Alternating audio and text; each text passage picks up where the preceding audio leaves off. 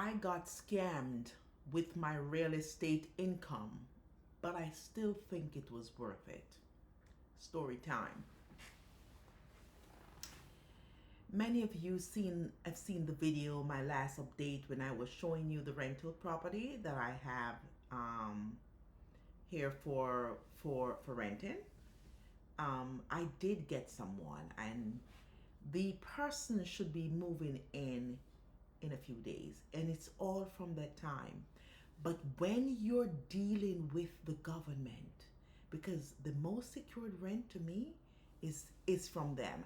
I have been lucky enough to have tenants from all these years, over 10 years, where they weren't with Section 8 or other city programs that they offer for rental assistance. They were privately paid, and I was lucky enough never to have issue. But considering what I see that's going on, I said, no, no, no. Let me stick with a more secured, short rent. You can have issues down the line, but yeah, it's the rental income is a little bit more secured there. So back to where I'm telling you that I got scammed. I went with what's called here in New York a city FEPS voucher person, or a FEPS voucher. That's what it's my first time using that program. But the rental amount that I had put up, they offered me more for that rental property. I go, what? So I took it. And the young lady, I've selected her. I've carefully interviewed and select the person who I'd want to. I'm taking a chance here with her, but she just seemed like she is a nice girl. And that's how they always come. They're very nice and sweet. She has a 1-year-old child. I have no resentment against that at all. But her caseworker, very lovely girl, her caseworker is a guy. And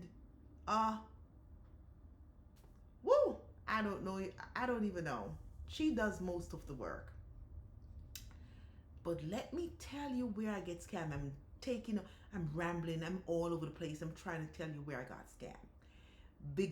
The negotiation deal was I needed 2 months security. The caseworker negotiated to me and said, Claudia, you're not going to get 2 months security. You're going to get 1 month security. Plus, we are going to give you an additional 4 months rent in advance. I said, what?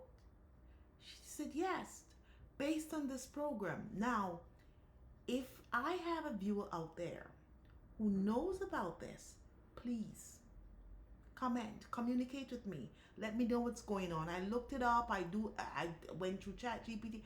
Everything else seemed fine to me, but I actually thought it was too good to be true. To be true. So, in other words, upon her moving in, I would have 5 months rent in advance. That 5 months rent is coming in. That's not the scam part. The scam part is when I start doing the math of her moving in a few days, when would I get the next check? The month? He said, no, you're going to get the next check in August. I said, no. The deal was you paid me to hold the property for her. And they did. They are. But the rental income would have started on July 1st. And they changed their mind. I think I was scammed. So I was mad. But he said to me, Claudia, but you're still getting the 5 months. I guess I was being greedy too. I'm all over the place with this story. But lo and behold, let me say this. I thought I was getting a 2 month security. No, I'm only getting 1. And that 1 month security is not a security in cash.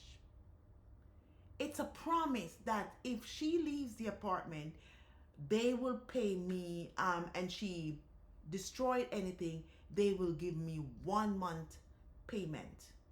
Not in advance. After how many years? So if she's lived here for 5 years and decides she has to go, or 10 years and she has to go and something gets broken or whatever, that that is only when they will be paying me for that security. I got scammed. That's I am used to collecting my security deposit before they move in. But here's the part that entices me: the 5 months rent in advance. And this is what you have to look when you're negotiating deals. You have to look good to see what's the catch, because there's no catch there. There's no, you're giving me 5 months in advance. Fine. Those 5 months rent are bills that were supposed to be paid anyway. What have I benefited? I haven't benefited anything.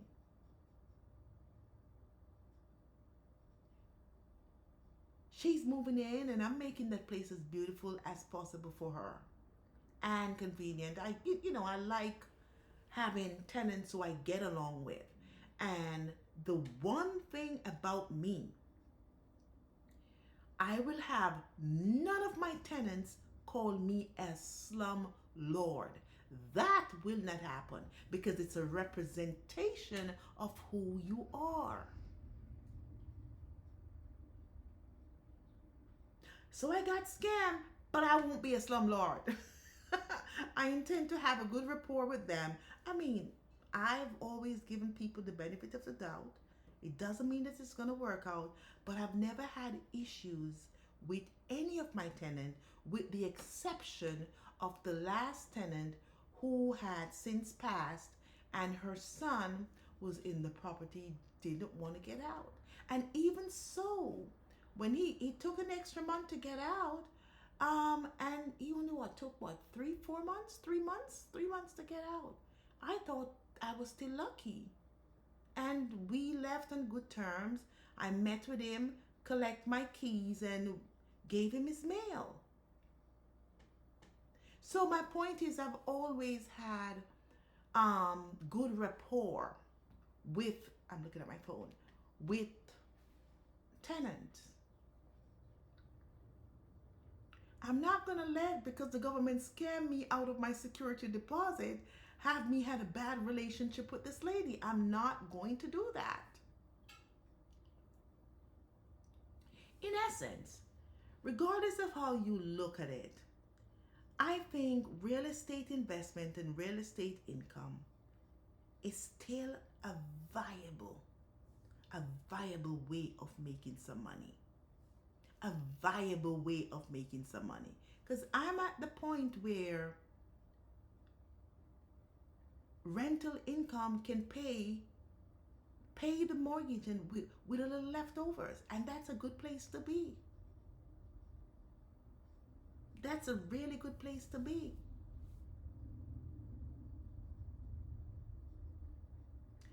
Thanks to having that, I have no regrets at all. I hear people asking, telling others, oh, in this market, it's not good to rent properties right now. It's not good to buy houses right now. It's not, yeah. Regardless of how you take it, real estate is still a viable investment. A very viable investment that you can make. I came across, and this is regarding real estate, but I just recall this. When I was doing the paperwork to have this tenant who is going to be moving in, because the government want to see my deed, everything, to make sure I'm the owner. I don't know why would you go through all that? To see my deed? Look it up. You'll see who owned the property. Look it up. So, and I have a train of thought. Yeah, okay, yeah, I remember what I'm saying now. So, while I was looking at the paperwork, I got the deed. I sent the deed to them for them to see who really and truly owns the property. And this is what I came across. My old closing paper, the closing paper of this, when I was purchasing this house years ago.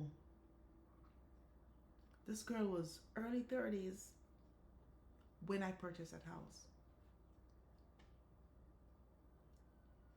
And do you know what that interest rate was when I purchased the house? 6.25%. No different from what it is now. The interest rate now. No different. It was 6.25%. And I go to myself, did I purchase a home at that interest rate back then? Yes.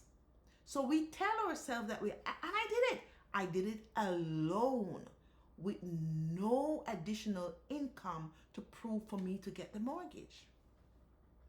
I did it alone. I didn't need a backup at all. Oh, God is good. Oh, I love you, Lord. Yes, I did it alone. So my point is the telling people not to buy investment properties right now because of the interest rate is ridiculous. If I did it then, over 20 years ago, if I did it then it can be done now. And I'm really going to put that out there. I am really going to put it in those days. I wasn't making much money. I think I was only making $68,000. It wasn't a lot of money. And I got qualified for that mortgage alone in the state of New York, 6.25%.